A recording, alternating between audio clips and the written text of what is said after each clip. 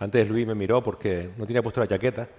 Y es que pensaba, entre que me dé un bajillo y me quede aquí al suelo o sin chaqueta, prefiero salir sin chaqueta. Porque no sé ustedes, pero yo tengo muchísimo calor y bueno, el tiempo tampoco. Así que mi disculpa por estar sin chaqueta, pero bueno, buenos días a todos de nuevo.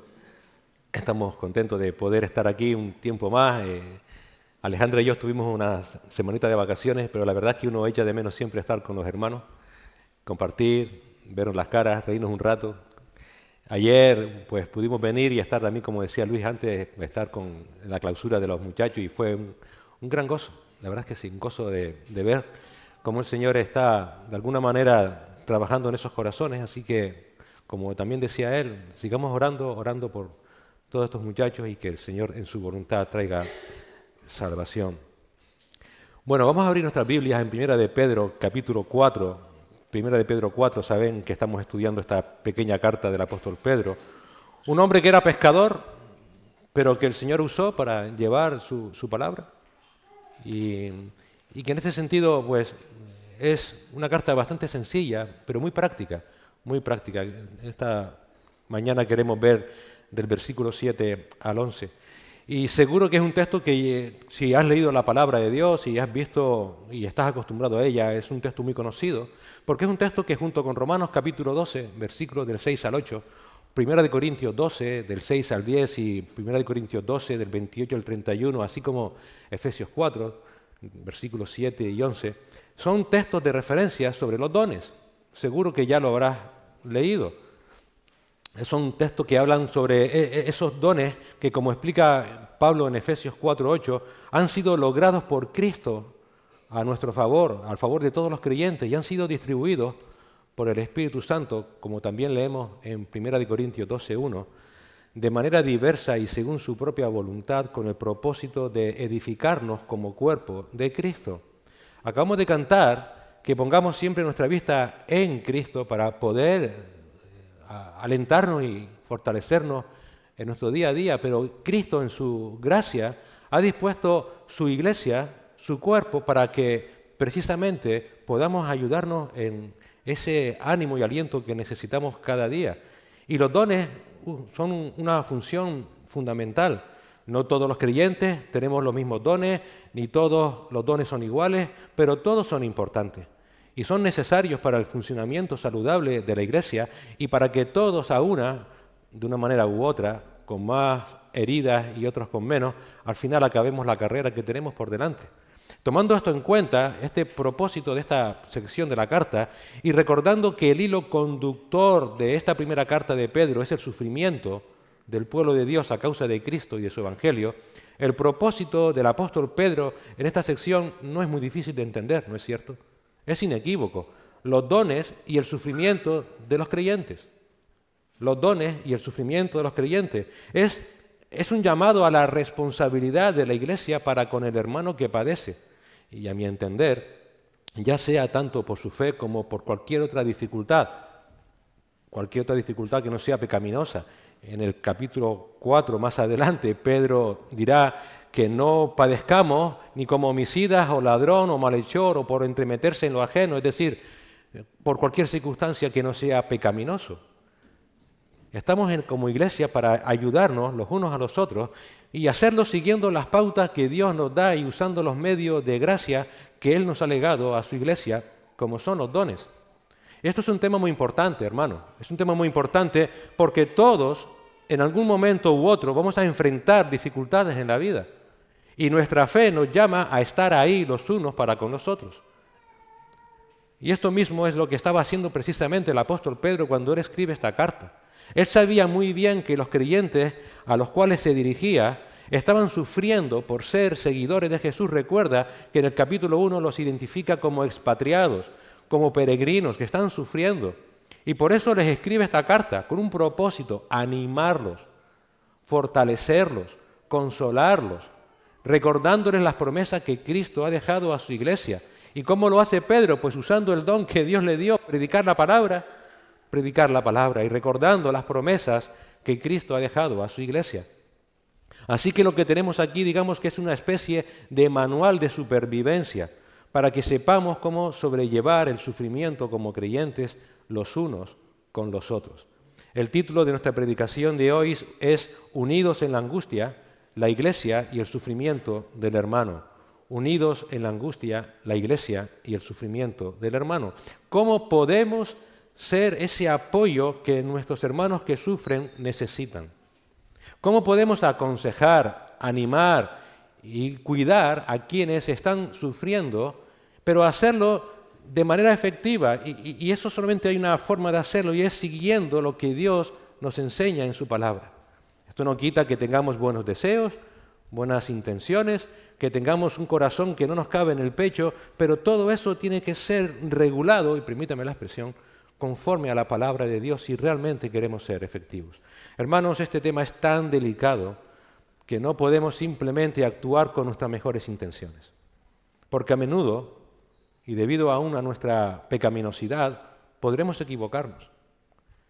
Necesitamos seguir las instrucciones divinas, este manual de supervivencia, porque es lo que realmente va a funcionar.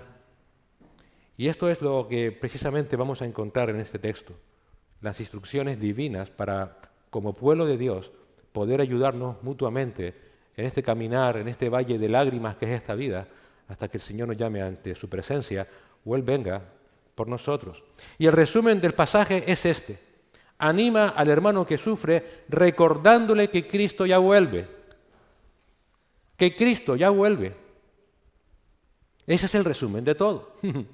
Y debido a esta asombrosa realidad, alentémonos de forma sensata y sobria. Oremos los unos con los otros con fe. Amémonos con intensidad y sirvámonos con los medios y los dones que Dios nos ha dejado. Y todo con ese propósito, recordar, Cristo viene por nosotros. Cristo viene por nosotros. Vamos a leer el texto y luego vamos a orar pidiendo la ayuda del Señor. Dice 1 de Pedro 4, del 7 al 11.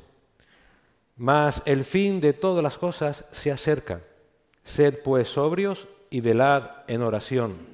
Y ante todo tened entre vosotros ferviente amor, porque el amor cubrirá multitud de pecados. Hospedaos los unos a los otros sin murmuraciones.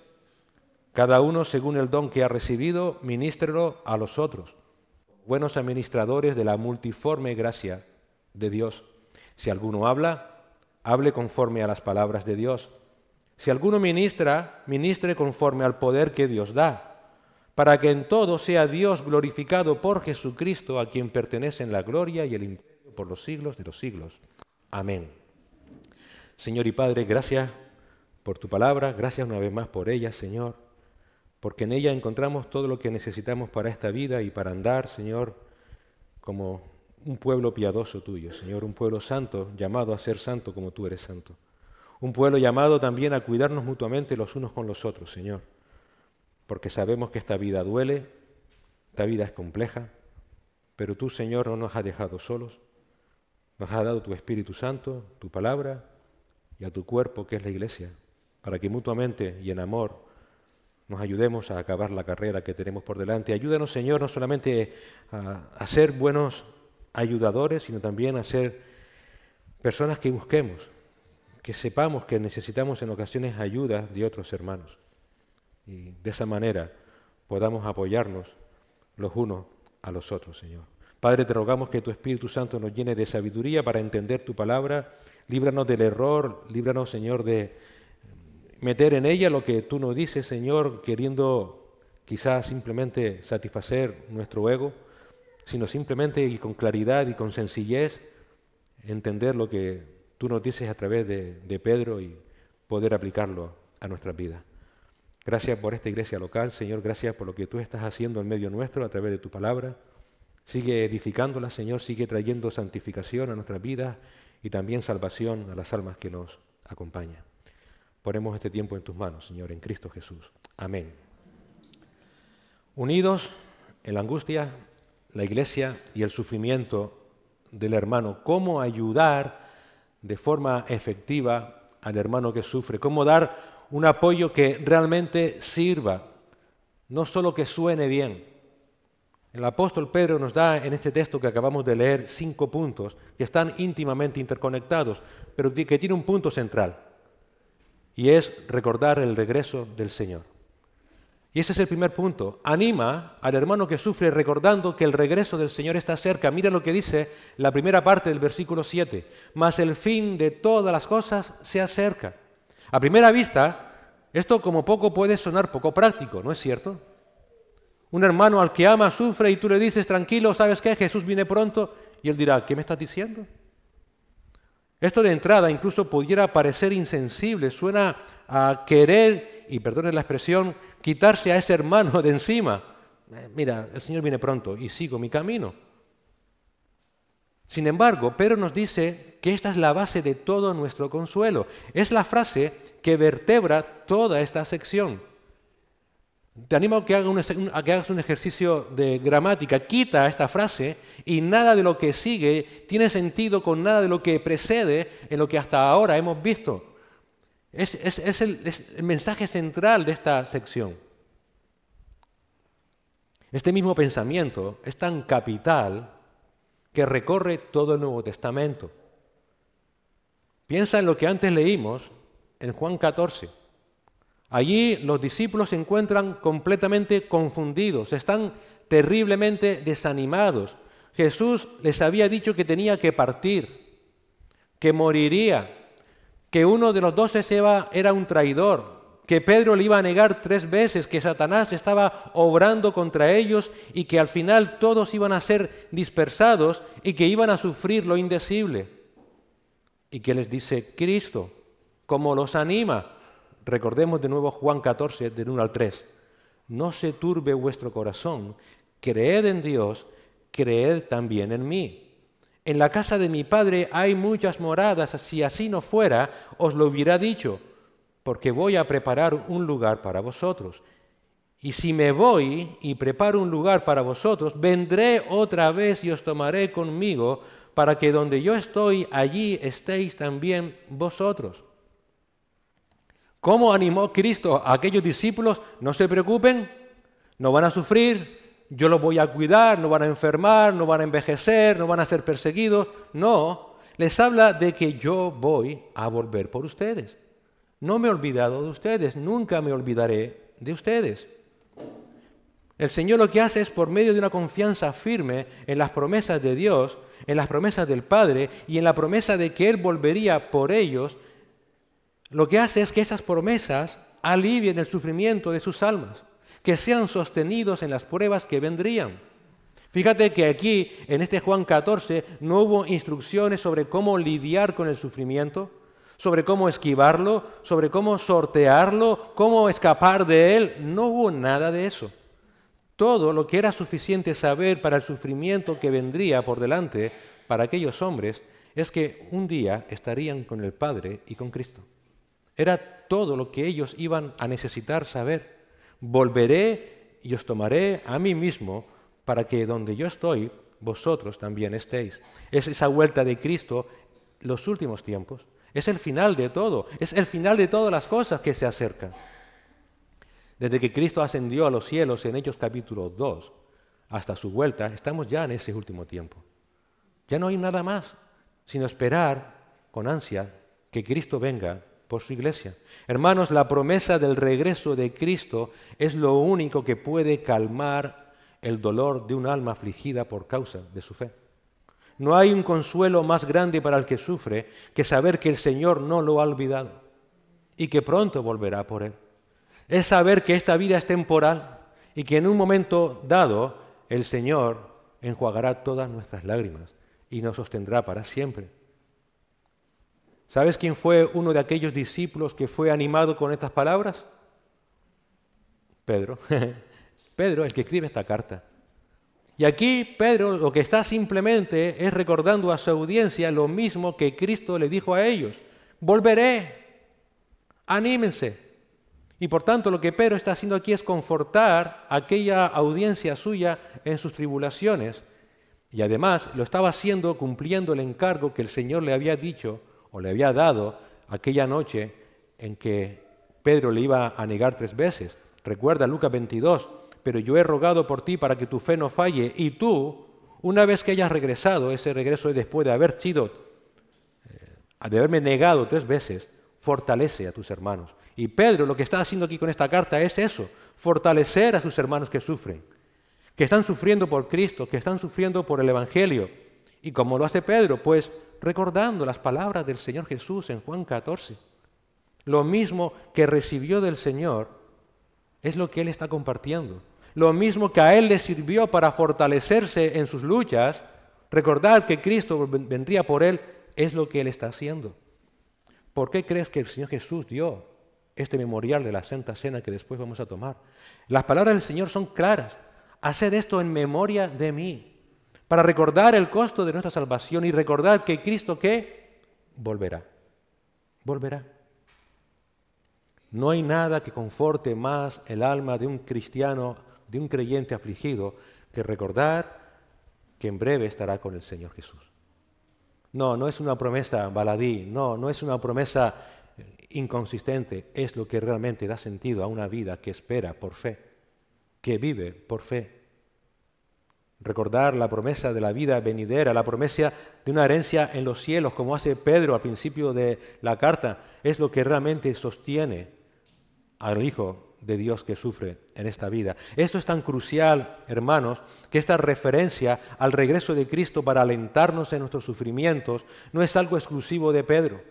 Recorre todas las cartas del Nuevo Testamento, literalmente. Por ejemplo, Pablo también alentó a los hermanos de Roma con la misma idea, diciendo en Romanos 13:11, ya es hora de levantarnos del sueño, porque ahora está más cerca nuestra salvación que cuando creímos. Santiago hizo lo propio en su carta para animar a los judíos que estaban expatriados, que igualmente estaban sufriendo o pasando por diferentes pruebas, como leemos en Santiago 1, versículos del 1 al 3. ¿Y qué hace Santiago en el capítulo 5 de su carta, versículo 8? Tened también vosotros paciencia y afirmad vuestros corazones, porque la venida del Señor se acerca. Juan en su primera carta también nos recuerda, hijitos, ya es el último tiempo. Ánimo. El escritor a los hebreos les exhorta a reunirse y animarse unos a otros. ¿Por qué? Porque el regreso de Cristo se acerca. Hebreos 10:25, no dejando de congregarnos como algunos tienen por costumbre, sino exhortándonos unos a otros y mucho más al ver que el día se acerca. ¿Cómo acaba la Biblia? ¿Cómo acaba Apocalipsis 22? Dando, Señor, instrucciones de cómo soportar el sufrimiento, diciéndonos, mira, ahora que vas a pasar lo que no te puedes imaginar, te voy a dar. ¿Cómo acaba la Biblia? Dice Apocalipsis 22, versículos 20 y 21. El que da testimonio de estas cosas dice, ciertamente vengo en breve. Amén, dice Juan. Sí, ven, Señor Jesús. La gracia de nuestro Señor Jesucristo sea con todos vosotros. Amén. Así acaba la Biblia, con una promesa de la vuelta del Señor Jesús por su iglesia. Así es, queridos hermanos, recordar que Cristo vuelve es permítanme la expresión, la inyección de ánimo más poderosa que podamos tener y que podamos transmitir al hermano que sufre. No es algo insustancial, es lo que realmente da sentido a nuestra vida. Porque nos da una perspectiva eterna. Sabemos que esta vida es pasajera, que estamos aquí de paso, que esta vida es nada en comparación con la eternidad que tendremos por delante. Vemos y entendemos todas las cosas con esa perspectiva. Hablando con un hermano de la península que muchos conocen, sobre una grave prueba que estaba pasando en su familia, me dijo una cosa que tiene que ver mucho con lo que estamos viendo. Dijo, esto nos ha ayudado a de nuevo recordar que tenemos que poner nuestra vista en las cosas eternas, tener esa perspectiva eterna, porque nuestra tendencia natural es volver a mirar este mundo y creer que este mundo es para siempre, que tenemos que sembrar para las cosas de este mundo, y no, hermanos, esto es temporal. Tenemos que tener siempre, y aún en nuestros sufrimientos, una perspectiva eterna, y debemos alentarnos como iglesia los unos a los otros con esa misma perspectiva. El sufrimiento es real, muy real, Job 5:7, pero no durará para siempre. No va a durar para siempre. La recompensa de nuestra fe es que vamos a ver a Cristo cara a cara, que vamos a estar con Él, que vamos a vivir con Él por toda la eternidad y que ya nada ni nadie nos podrá apartar de su amor. Agustín de Hipona dijo, fe es creer en lo que no puedes ver y la recompensa de esa fe es que verás lo que ahora crees. No importa lo mucho que suframos ahora, nada se compara con la bendición de ver a Cristo cara a cara y estar con Él por la eternidad. ¿Qué fue lo que dijo el apóstol Pablo en Romanos 8:18? Un texto tan conocido, que los sufrimientos del tiempo presente no son nada comparados con la gloria futura que se nos va a revelar. ¿Qué gloria futura? Ni nada más glorioso que ver a nuestro amado Señor y Salvador Jesucristo. Da igual si las calles son de oro o no, da igual si hay perlas o no, yo sé que veré a mi Señor. Eso lo dijo Job. Sé que una vez este cuerpo muerto, en mi cuerpo, en mi carne, he de ver a quién, a Dios. Esa era la esperanza de Job. Qué bendición tan grande es saber que en breve y por su gracia recibiremos la corona de victoria que Él tiene para todos los que le aman. Me llama muchísimo la atención cómo el apóstol Pablo, poquitos días, algunos autores afirman que horas, yo creo que un poco exagerado, pero vamos a decir días, semanas, poco antes de ser martirizado, no está preocupado por sí mismo. No está angustiado por lo que le va a suceder, porque ya sabe lo que va a suceder. Y es que en breve iba a estar con Cristo. Iba a estar con Él. Y le escribe a Timoteo para alentarle, para animarle, para decirle, mira Timoteo, esto es lo maravilloso que nos espera. Y en 2 Timoteo 4, versículos del 6 al 8, le dice lo siguiente. Porque yo ya estoy para ser derramado como una ofrenda de libación, y el tiempo de mi partida ha llegado. He peleado la buena batalla, he terminado la carrera, he guardado la fe. En el futuro me está reservada la corona de justicia que el Señor, el juez justo, me entregará en aquel día, y no solo a mí, sino también a todos los que aman, ¿qué? Su venida. Pablo estaba con regocijo. Sabía que en breve iba a ser martirizado y no estaba confundido, ni estaba atormentado, ni lleno de miedo, sino simplemente, Señor, gracias, porque en breve acabaré la carrera. Por tu gracia estaré contigo. Por tu gracia me tienes reservada una corona, no solamente a mí, sino a todos los que aman tu venida. Pues a la luz, hermanos, de esta gran esperanza que debe llenarnos de consuelo y de ánimo y que debemos transmitir a los hermanos que sufren, consolémonos con sensatez. Hagámoslo en oración. Y esa es la siguiente instrucción de Pedro, que a la luz de esa vuelta de Cristo, por favor, consuélense, pero háganlo con sensatez, con sentido común y en oración. Mira lo que dice la segunda parte del versículo 7. Sed, pues, prudentes y de espíritu sobrio para la oración. Sed, pues, o sea, en vista a que el tiempo se acerca, sé prudente y de espíritu sobrio para la oración. Hoy en día es triste ver cómo a veces intentamos consolar a un hermano con promesas que no están en la Biblia. Lo digo con dolor porque yo soy el primero que lo hace. En ocasiones son incluso hasta promesas imprudentes, quizás llenas de buenas intenciones. Nadie pone en duda que haya mala intención, pero vacías de eficacia. ¿Por qué? Porque no tienen base en lo que Dios realmente ha dicho en su palabra. Podemos decir al hermano que sufre cosas como, mira, si tienes suficiente fe, vas a dejar de sufrir. Si tienes fe, tu vida puede ser mejor ahora. Si tienes fe, vas a mejorar de tu enfermedad, tu salud va a ser perfecta. Si tienes fe, vas a tener mucho dinero y todo lo que quieras en este mundo. Dios te va a sanar, Dios te va a dar prosperidad económica, ten fe. O la fe es para que puedas tener una vida sin problemas. Hermanos, este es el falso evangelio de la prosperidad. En esencia es una enseñanza que distorsiona la verdad de Dios, que olvida por completo lo que Jesús enseña en su palabra, y es que debemos negarnos a nosotros mismos y cargar nuestra cruz. Que en este mundo tendremos aflicción, que si a Él le persiguieron, también sucederá con nosotros. Este evangelio de la prosperidad no solamente es engañoso, sino que también es muy cruel. Es muy cruel porque imagina al hermano que está sufriendo, que está enfermo, que apenas tiene para vivir, que enfrenta una situación dolorosa. Pues esta enseñanza, de forma indirecta, les culpa a ellos de ese sufrimiento. Sugiere que si algo malo les pasa es porque les falta fe o porque tienen algún pecado oculto. ¡Qué lejos está esto de la verdad de Dios! La Biblia es muy clara cuando dice que el sufrimiento es parte del camino cristiano. Juan 16:33, en palabra del mismo Señor Jesucristo: en el mundo tendréis aflicción, pero confiad, yo he vencido al mundo. Hermanos, el sufrimiento es el camino que nos acerca más a Dios. Es una forma de crecer a imagen de Cristo y de glorificarlo. Es parte de la experiencia compartida con los sufrimientos del Señor, en palabras de Pablo. Pues si el verdadero evangelio no nos promete una vida fácil, por favor, no hagamos nosotros lo mismo. No hagamos eso. No animemos al hermano que sufre prometiéndole algo que Dios no promete. Imagina esto: un hermano tiene una enfermedad grave. Si le dices, vamos a orar, hermano, porque seguro que Dios te va a sanar, porque la palabra tiene poder.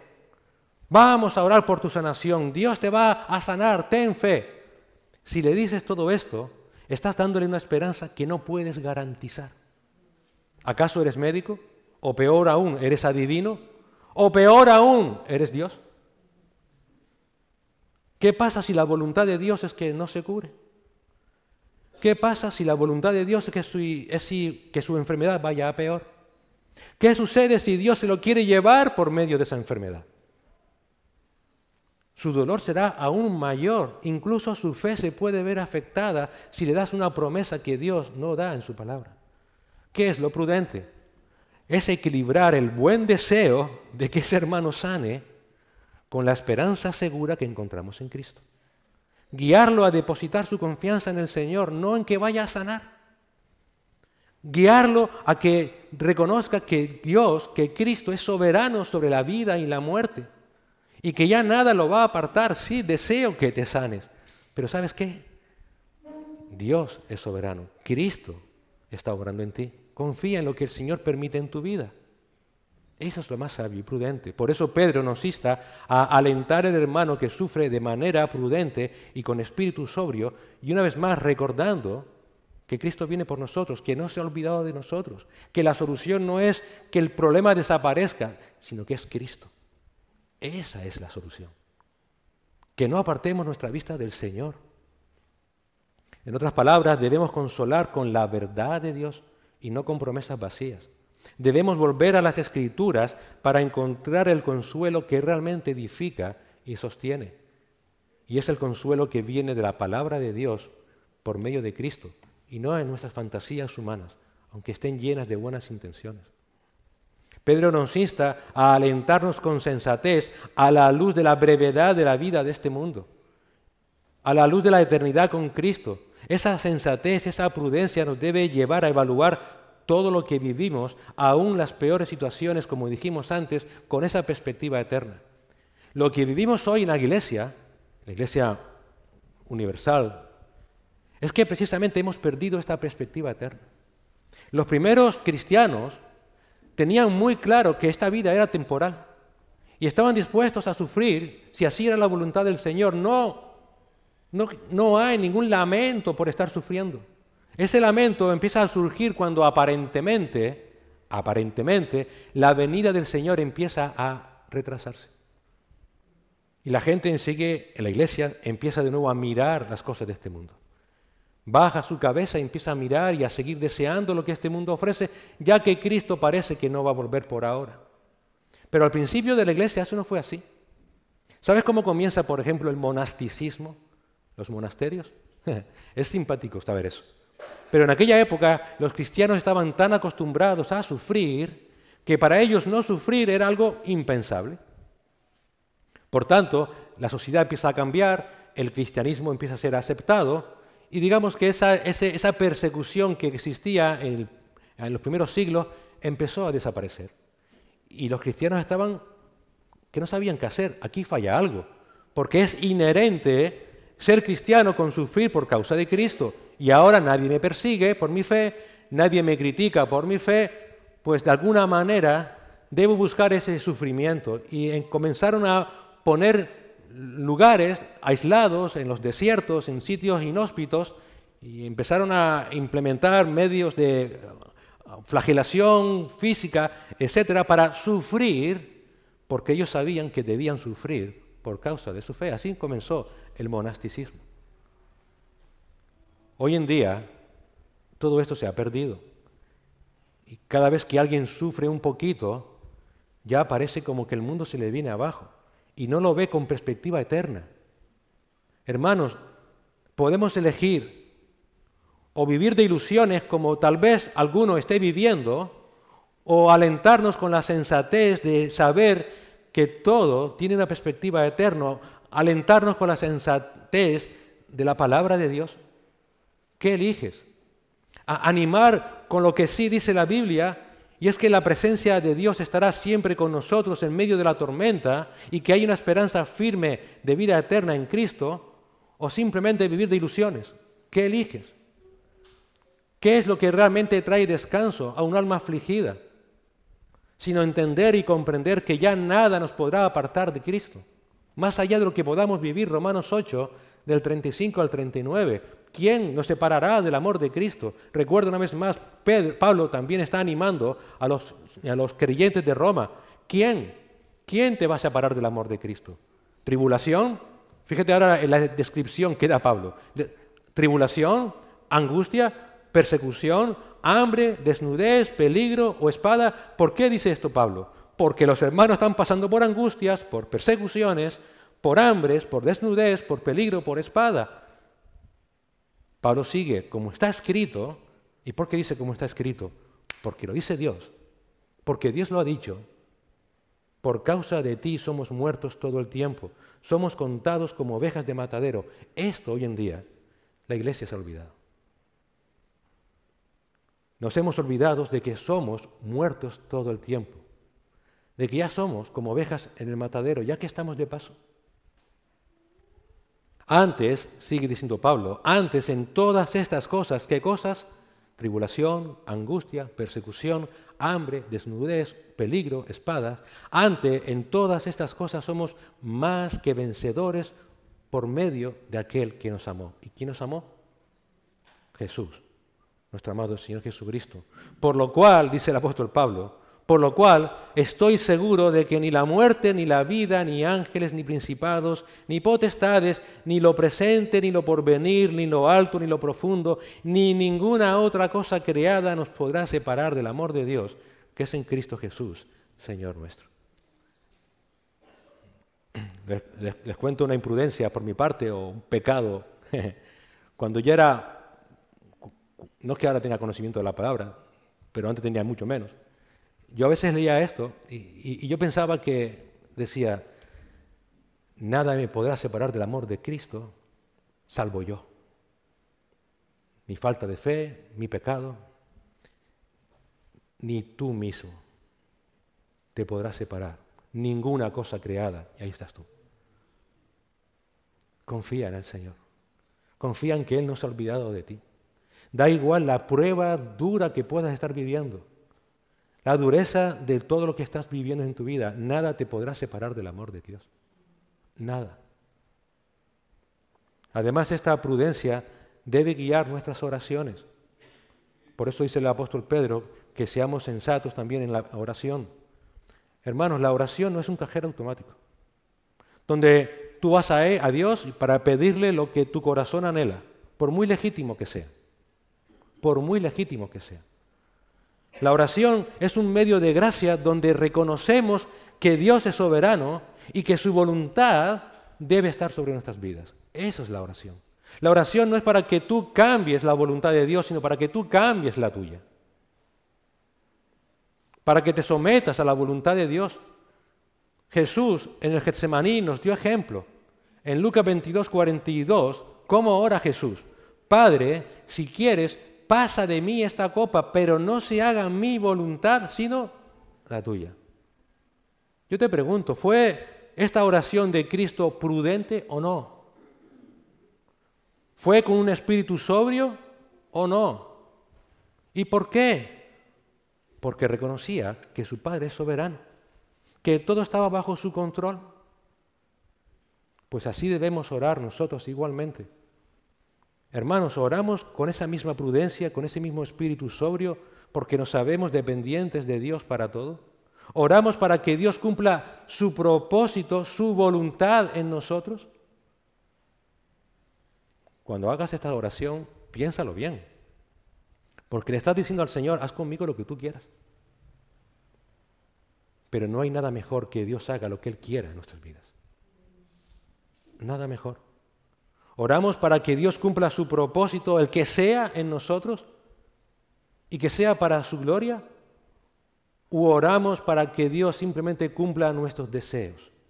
Si hemos entendido que el sufrimiento es parte de la vida, que las promesas vacías no ayudan y que nuestra esperanza está solo en la verdad de Dios, entonces deberíamos orar por nuestros hermanos con esa misma sabiduría, suplicándole a Dios que tome el control de su situación, de ese hermano, reconociendo que solamente Él es soberano y que Él tiene la última palabra. Eso es orar con sensatez y con prudencia por el hermano que sufre. Señor, deseo que le quites esa situación, pero si es tu voluntad. Pero Señor, te ruego que tu presencia nunca deje de estar junto a Él. Recuerdo la experiencia de un hermano que ya está con el Señor cuando casi en su lecho de muerte, en su momento casi de agonía, los hermanos que estaban a su alrededor le animaban para que no perdiera su fe. Sostente. No dejes de confiar en el Señor. Esto que estás viviendo es porque Dios lo ha permitido. Dale gloria a Dios. Y con esa perspectiva partió con el Señor, confiando en que si así era la voluntad de Dios, así fue. Hermanos, si nuestra vida de oración está sumida o está centrada en falsas promesas para intentar sortear el sufrimiento, para aliviar, aunque sea temporalmente, nunca nos olvidemos que nuestra oración va a ser confusa. Va a ser confusa porque nuestra mente va a estar confundida con las prioridades de esta vida temporal y con la vida eterna.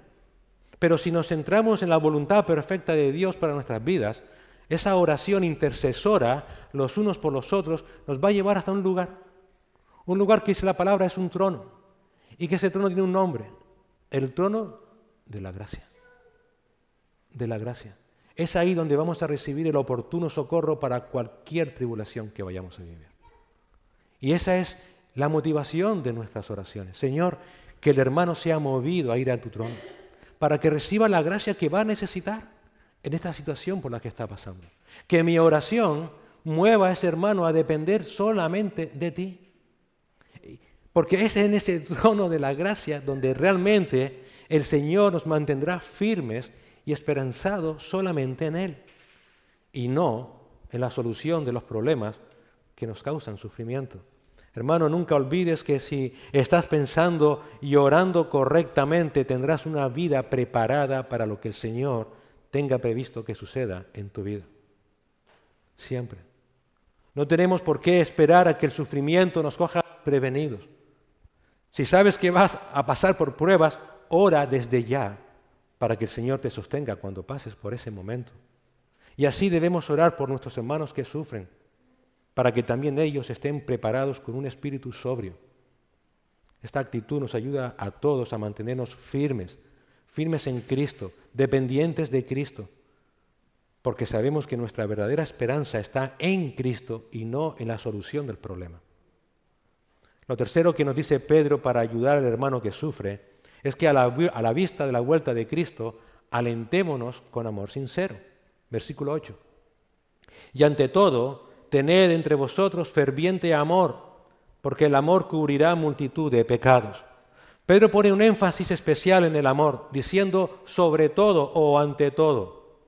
Esto nos enseña que el amor es la prioridad principal en el apoyo mutuo. ¿Por qué? Porque, hermanos, creo que por experiencia o por teoría, no lo sé, lo que sí está claro es que el sufrimiento por causa de Cristo o por cualquier otra situación que no sea pecaminosa, nos va a llevar siempre al límite de nuestras fuerzas. Siempre. Tanto físicas como emocionales o espirituales.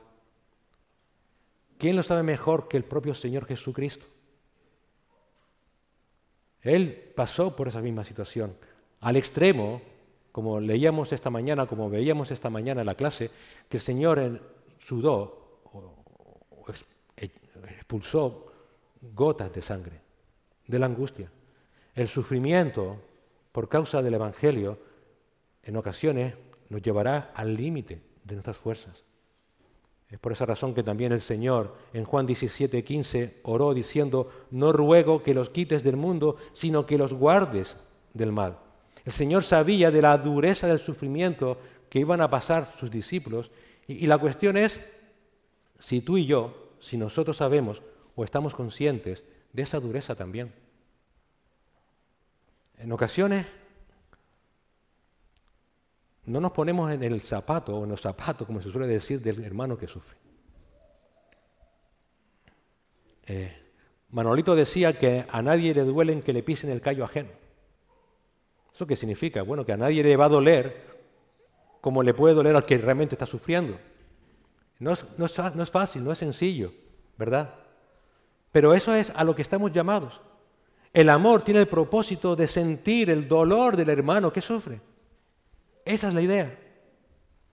Por eso dice Pablo, ser vosotros fervientes, entre vosotros ferviente amor.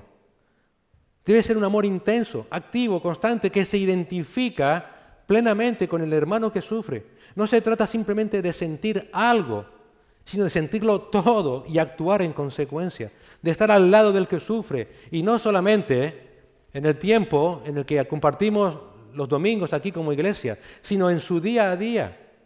Ese amor sincero sostendrá al hermano, y dice Pedro, y ese amor cubrirá multitud de pecados. ¿Qué significa esto? Que ese amor sostendrá al hermano que en su dura batalla puede sentirse tentado a tirar la toalla. Puede sentirse tentado a pecar contra Dios con desconfianza, con dudas. Puede sentirse tentado a pecar contra Dios dudando de sus promesas, dudando de su palabra, dudando de Cristo. Incluso puede sentirse tentado a apostatar de la fe. Por tanto, no es que ese amor perdone los pecados, sino que va a crear el ambiente apropiado para que la gracia de Dios sostenga al hermano en sus luchas, manteniendo la fe en Cristo y en sus promesas, no dudando de Él.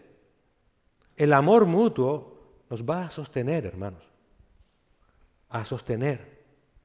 Hermanos, seamos siempre sensibles al dolor del hermano que sufre y estemos siempre listos para sostenerlo con un amor genuino, con un amor sincero, con un amor proactivo, con un amor, en palabra de Pablo en 1 Corintios 13, paciente, bondadoso, que no tiene envidia, que no es jactancioso, que no es arrogante, que no se porta indecorosamente, que no busca lo suyo, no se irrita, que no toma en cuenta el mal recibido, que no se regocija de la injusticia, sino que se alegra con la verdad, que todo lo sufre, todo lo cree, todo lo espera y todo lo soporta. Necesitamos entre todos ese mismo amor. Ahora bien, hermanos, todo este consuelo del alma, todo este consuelo del alma que sufre, debe también ir acompañado de un apoyo externo, es decir, de acciones concretas, externas y de ayuda material.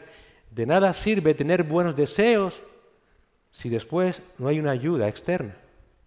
Y eso es el cuarto punto del apóstol Pedro, que a la vista de la vuelta de Cristo, alentemos al hermano que sufre con una cercana hospitalidad. Versículo 9. Hospedaos los unos a los otros sin murmuraciones. El amor ferviente, como dije antes, no se queda simplemente en un local llamado iglesia y un domingo por la mañana. Como dije antes, ese amor ferviente debe llevarnos a todos los aspectos de nuestra vida diaria.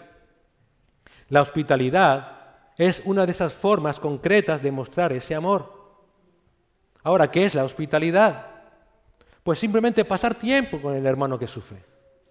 Es verdad que ese término habla de acoger en nuestros hogares a otros hermanos, pero la esencia es compartir con ellos, hablar con ellos, reír con ellos, llorar con ellos, estar.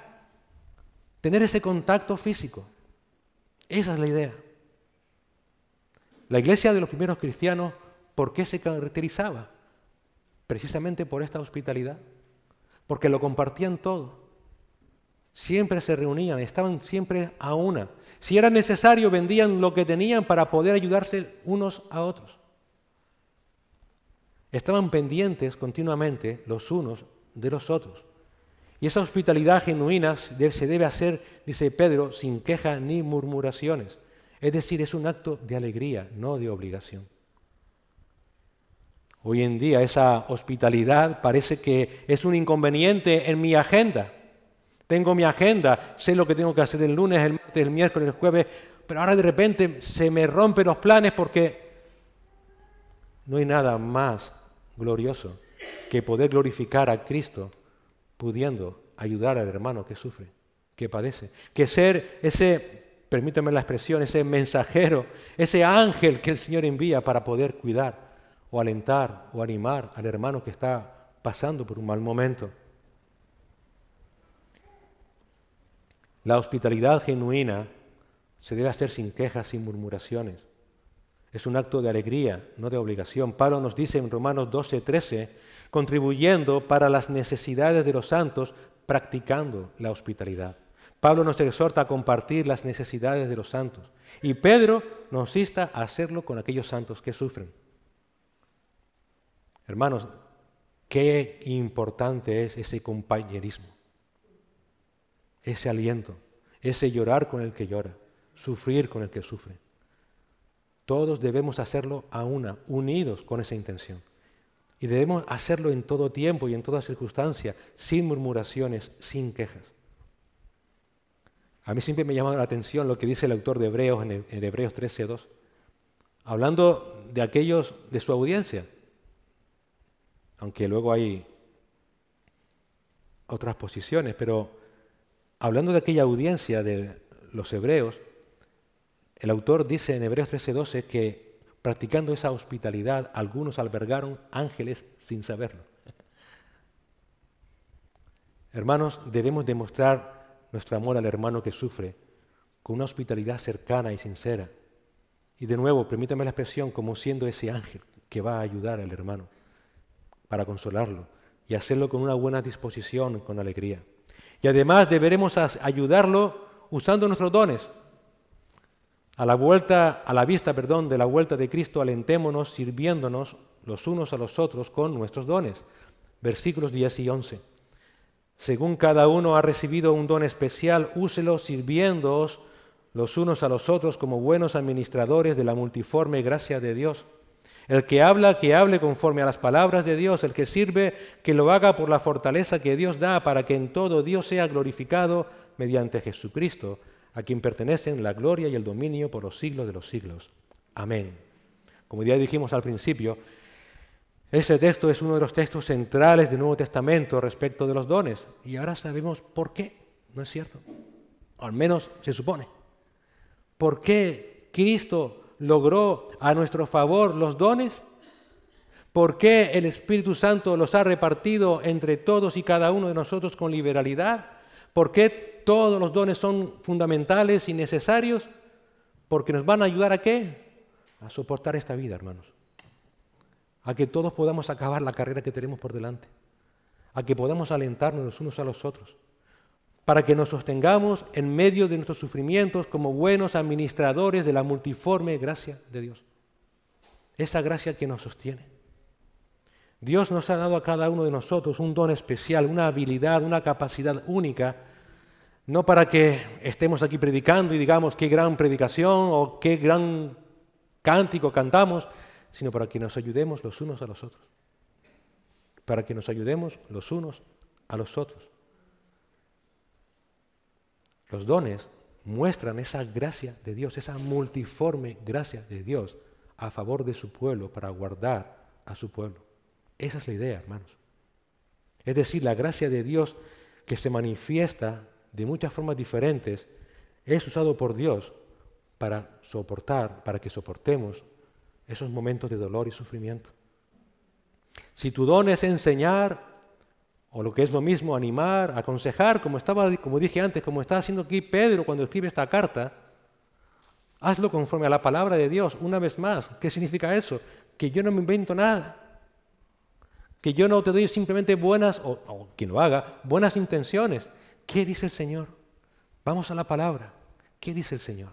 Animemos con la palabra del Señor. Con la palabra del Señor. Por esa razón también en la iglesia local que ha hecho Dios, ha provisto de pastores, de maestros, como dice Pablo en Efesios 4. ¿Para qué? Para que todos estemos capacitados para llevar a cabo esta obra del ministerio. Si tu don es servir, sigue diciendo Pedro, y aquí el término servir es muy amplio, la palabra es diaconeo, donde viene la palabra diácono, habla de cualquier tipo de ayuda material, la que sea. Puede ser dar económicamente, puede ser alimentar, puede ser dar ropa, sea consolar de forma práctica. Todo eso es necesario. Y si lo haces, hazlo por la fortaleza que Dios da. Versículo 11. En definitiva, la ayuda al hermano que sufre debe ser integral. No basta con buenas intenciones, no basta con orar, también hay que acompañar, hay que llorar, hay que alentar, hay que compartir. Por esa razón, hermanos, es triste que a veces consideremos nuestros dones como una carga, ¿verdad? Pero no lo son. En realidad son una gran bendición de Dios, que muestra, como una vez más decimos, esa multiforme gracia de Dios hacia su pueblo. Porque es una oportunidad para ser relevantes en la vida de nuestros hermanos. Si no usamos nuestros dones para ayudar, ¿para qué vivimos? ¿Para qué vivimos? En ocasiones, cuando hablas con algunos hermanos que se sienten vacíos, se sienten como insustanciales, como que no tienen propósito en sus vidas, y empiezas a hablar con esos hermanos y te das cuenta que el denominador común es que no están sirviendo en la iglesia. Están tan sumidos en sus propios problemas que no se dan cuenta del mundo que les rodea. Me llama la atención porque esto de la fortaleza que el Señor, por medio de la fortaleza que Dios da, nos hace entender una cosa importantísima aquí. No está hablando de que el hermano que sufre está siempre en un estado, mientras tú eres ese sufrimiento, está en un estado pasivo. Lo que nos está diciendo es que aunque sufras, sirve. Ayuda al que sufre más que tú. Y hazlo con la fortaleza que Dios te da. Tuve una experiencia personal hace ya muchos años en Cuba. Me llamó la atención brutalmente. Y creo que hubo un antes y un después en mi vida cuando yo vi aquella experiencia. Yo sé que suena esto muy pentecostal, pero es la verdad. Es la verdad. Estaba en Camagüey. Había pasado un huracán, el famoso Katrina. Katrina había devastado toda la isla. Bueno, eso decían. Yo no soy cubano, aquí hay hermanos cubanos. Igual ya estaba devastada de por sí sin que llegara el huracán, pero bueno, el huracán sí es verdad que había tirado al suelo todo lo imaginario. No había nada en pie, al punto que el propio templo de la iglesia de aquel lugar se había venido abajo. Y habían levantado 4 palos, habían puesto palmeras, hojas de palmeras, y aquello era el techo, porque hacía un calor que rompía las piedras. Y llegamos con tiempo, estuvimos allí, iba con un hermano que ya está con el Señor, Pancho Quintero, y al rato empiezan a venir mucha gente, o miembros de la iglesia. La verdad es que el estado, para nuestra perspectiva de este primer mundo, era lamentable. En ocasiones sin calzado, con ropa bastante estropeada, pero todos tenían algo en común. Iban con una bolsita, una java, como dicen los cubanos. Y a mí se me ocurre preguntarle a Pancho, ¿y qué traen? Porque yo pensé para mí, igual traen alguna muda, para luego cuando lleguen aquí cambiarse y estar más decentes.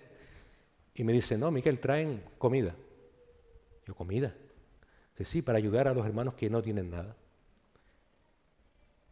Personas.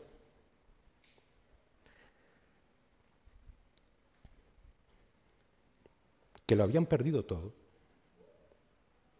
ayudando al que menos tenía. Eso es lo que nos dice el Señor aquí. No es decir, estoy sufriendo y me siento aquí ahora a ver cómo pasa, a ver cómo otros hermanos vienen a mí. No, levántate, hermano, porque hay hermanos que están peores que tú. Aliéntate con la fortaleza que el Señor te da. ¿Qué puedes hacer? Pregúntate. ¿Qué puedo hacer yo? Ese es el punto de por la fortaleza que Dios da. Esa es la idea. Hazte el ejercicio de preguntarte cuando te sientas vacío en tu vida espiritual, sin sentido, cuánto de involucrado estoy en la vida de mis hermanos. Y ahí vas a encontrar la respuesta. Ahí vas a encontrar la respuesta a ese vacío. Hermano, la vida cristiana se basa en el compañerismo.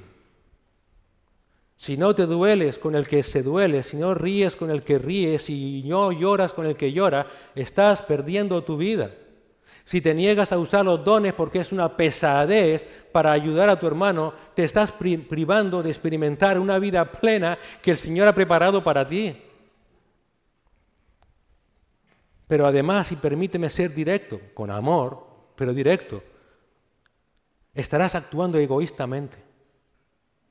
Porque después, cuando la adversidad te alcance, que te alcanzará, seguro que vas a buscar lo mismo que estás negando a otros. La vida de fe en Cristo no es una carga individual, es una oportunidad para servirnos juntos, para mostrar el amor de Cristo juntos, para alentarnos mutuamente, para apoyarnos en nuestras tribulaciones. Una vida de fe nunca puede ser vivida como una carga solitaria, es imposible. Nos necesitamos los unos a los otros. Y quiero acabar con el detalle que Pedro nos da en este último texto de los dones, que debemos servirnos con la fuerza que Dios nos da. ¿Para qué? ¿Para qué? Para que en todo Dios sea glorificado mediante Jesucristo, a quien pertenecen la gloria y el dominio por los siglos de los siglos. Amén. Esto me trajo un descanso, hermano, que no se pueden imaginar. Al final, el descanso del hermano que sufre no depende de mí, depende de Dios. Yo soy o somos instrumentos, inútiles instrumentos, vasos de barro, pero al final es Dios quien consuela. Y su consuelo es seguro. Nunca seremos por nosotros mismos capaces de aliviar el dolor del hermano. Nada hay en nosotros, ni nuestra inventiva, ni nuestros mejores deseos o esfuerzos podrá lograr lo que solo Dios puede lograr mediante Jesucristo. Y que es consolar y alentar y animar al hermano que sufre. Por esa razón, si queremos ser herramientas útiles en manos del Señor, dependamos en todo del poder del Señor. Mantengamos una intimidad constante con Él, una dependencia absoluta del Espíritu Santo y de su palabra. Solo así seremos capaces realmente de ayudar al hermano que sufre. Porque al final, si ese hermano es sostenido, no será gracias a nosotros, sino gracias a Cristo. A Cristo. Para que en todo Dios sea glorificado mediante Jesucristo, a quien pertenecen la gloria y el dominio por los siglos de los siglos. Amén. La vida de fe no es una carga individual, es un viaje que hacemos juntos, los unos con los otros y junto con Cristo. Junto con Cristo. Le necesitamos a Él y nos necesitamos los unos a los otros. Cristo es el único digno de recibir toda la gloria. Y si al final todos los que estamos aquí, y ese es nuestro deseo, acabamos en la gloria, no fue porque esta iglesia fue maravillosa, sino porque Cristo es maravilloso. Cristo es maravilloso. Queridos hermanos, el Señor nos ha dado en este pasaje una guía muy práctica, ese manual de supervivencia prudente. Usa a Pedro, un hombre muy simple, un pescador, pero que está lleno de gracia. Gracia para poder ayudarnos a afrontar el sufrimiento de manera mutua, los unos por los otros. ¿Cuál es el mayor consuelo? ¿Qué es lo mejor que podemos hacer por un hermano? Alentarle, recordándole que Cristo no se ha olvidado, que Él viene por nosotros. Que ponga su vista en las cosas celestiales y no en las terrenales, como dice el apóstol Pablo en Colosenses 3. Que veamos siempre las cosas con esa perspectiva eterna. Que nos elevemos por encima de las circunstancias terrenales. Esa es la realmente esperanza inquebrantable. Y sabiendo esto, y hasta que Cristo venga por nosotros, consolémonos, hermanos. Oremos los unos por los otros con prudencia y con sensatez, basándonos en la palabra de Dios y no en falsas promesas, aunque estén muy bien intencionadas. Reconozcamos siempre la soberanía de Dios. Descansemos en que su voluntad es perfecta y roguemos que la cumpla y que Él se glorifique en medio, aún de nuestro sufrimiento, si así es su voluntad. Pero nada de eso puede venir solo. También hemos sido exhortados a servirnos los unos a los otros, con amor ferviente, con una hospitalidad genuina, por medio de los dones que el Señor nos ha dado, que es esa multiforme gracia que el Señor nos da para que nos sostengamos. Y recuerda siempre, el sufrimiento del hermano no es una carga. No te acaba de romper tu esquema de vida ni tu agenda de la semana. Es una oportunidad para mostrar esa gracia de Dios, para que Cristo sea glorificado en todo, para que Cristo sea conocido, para que la gente que no conoce a Cristo sepa que Dios es un Dios de amor, de compasión, que cuida a su pueblo, que lo guardará como a la niña de sus ojos, porque Él ha prometido entregárselo a su Hijo como su novia. Y en todo dependamos siempre de la fuerza del Señor. No es nuestra fuerza, hermanos. Lo que consuela, lo que sostiene, es Dios, es Cristo. Todo lo que hagamos sea para su gloria, para que Cristo sea glorificado en todo. A Él solo le pertenece toda la gloria. Que realmente seamos conocidos como una iglesia, que nos ayudemos mutuamente, porque queremos sobre todas las cosas exaltar a Cristo, glorificar a Cristo, y que la gente conozca realmente lo que nuestro Señor ha hecho por nosotros. Y esa ayuda mutua es un reflejo fiel de lo que nuestro amado Señor Jesucristo hizo en aquella cruz. Porque Cristo es el siervo de Dios, Marcos 10:45. Él no vino a esta tierra a ser servido, sino a servir. Y así también debemos hacerlo nosotros. Oremos al Señor. Señor y Padre, gracias por darnos tu palabra, Señor, por recordarnos esa gracia que tú nos has dado, Padre, mediante la iglesia, para mostrar tu amor, tu compasión, para mostrar, Señor, que realmente eres un Dios que cuida de tu iglesia, que la proteges, que no perderás a ninguna de tus ovejas, Señor. Y que a pesar de los sufrimientos y circunstancias que podamos vivir en esta vida, tú siempre dispondrás a nuestro lado, Señor, los medios de tu gracia oportunos para poder sobrellevarlo, Señor. Gracias porque tú no prometes quitarnos ese sufrimiento, gracias porque tú no prometes aliviar ese sufrimiento, sino que prometes que estarás en el camino con nosotros siempre, Señor. Y que un día, como Enoc, podemos decir que sin darnos cuenta, te veremos cara a cara, Señor. Y ya todo dolor y sufrimiento habrán pasado. Pero mientras llega ese momento, úsanos, Señor. No nos dejes impasibles ante el dolor del hermano. No nos dejes, Señor, sin respuesta. Seamos realmente útiles en tus manos, Señor. Vasijas de barro, ciertamente, pero útiles, Señor, para que tú te puedas glorificar en medio nuestra. Gracias por que Cristo logró a nuestro favor esa multitud de dones necesarias para poder ayudarnos los unos a los otros, Señor. Y gracias porque esto nos da un gran consuelo. El consuelo de saber, Señor, que ya nada ni nadie nos podrá apartar de ti. Lo has hecho todo y lo has previsto todo. Y, Señor, no hay nada que podamos vivir que no podrá ser usado para tu gloria, llevando a estos hombres y mujeres ante tu gloria, Señor, ante tu presencia. Gracias por este tiempo ahora que también vamos a tener de comunión, donde todos los hermanos bautizados de adultos que hemos proclamado a Cristo como nuestro Señor y Salvador, vamos a recordar ese costo, pero también esa gran esperanza que nos sostiene de que Cristo volverá por nosotros. Ayúdanos a alentarnos, Señor, también por medio de este tiempo, Señor. Llévanos ante tu trono de la gracia examinemos nuestros corazones, nuestras almas. Si hay algún pecado oculto o algún pecado que no queremos confesar por cualquier motivo, Señor, ahora es el momento. Que tu Espíritu Santo nos inquiete, nos zarandee, Señor, y lo reconozcamos y te pidamos perdón y podamos tomar este tiempo con dignidad delante de ti. Gracias, Padre bendito, porque cada día que pasa es un día más cerca de ti. Y anhelamos estar contigo, Señor. Gracias por esta maravillosa esperanza y también te rogamos por las almas que hoy han escuchado tu palabra, para que ellos también hayan entendido que Cristo murió en aquella cruz del Calvario para perdonar nuestros pecados y para guardarnos para siempre con Él. Que ellos vean en Cristo también a su Señor y Salvador. Que ellos también puedan, Señor,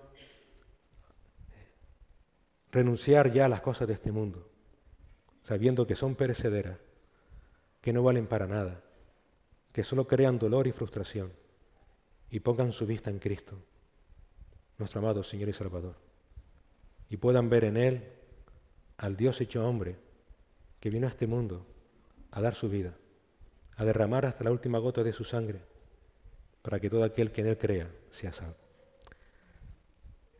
En su nombre te lo rogamos, Señor, y te damos la gracia. Amén.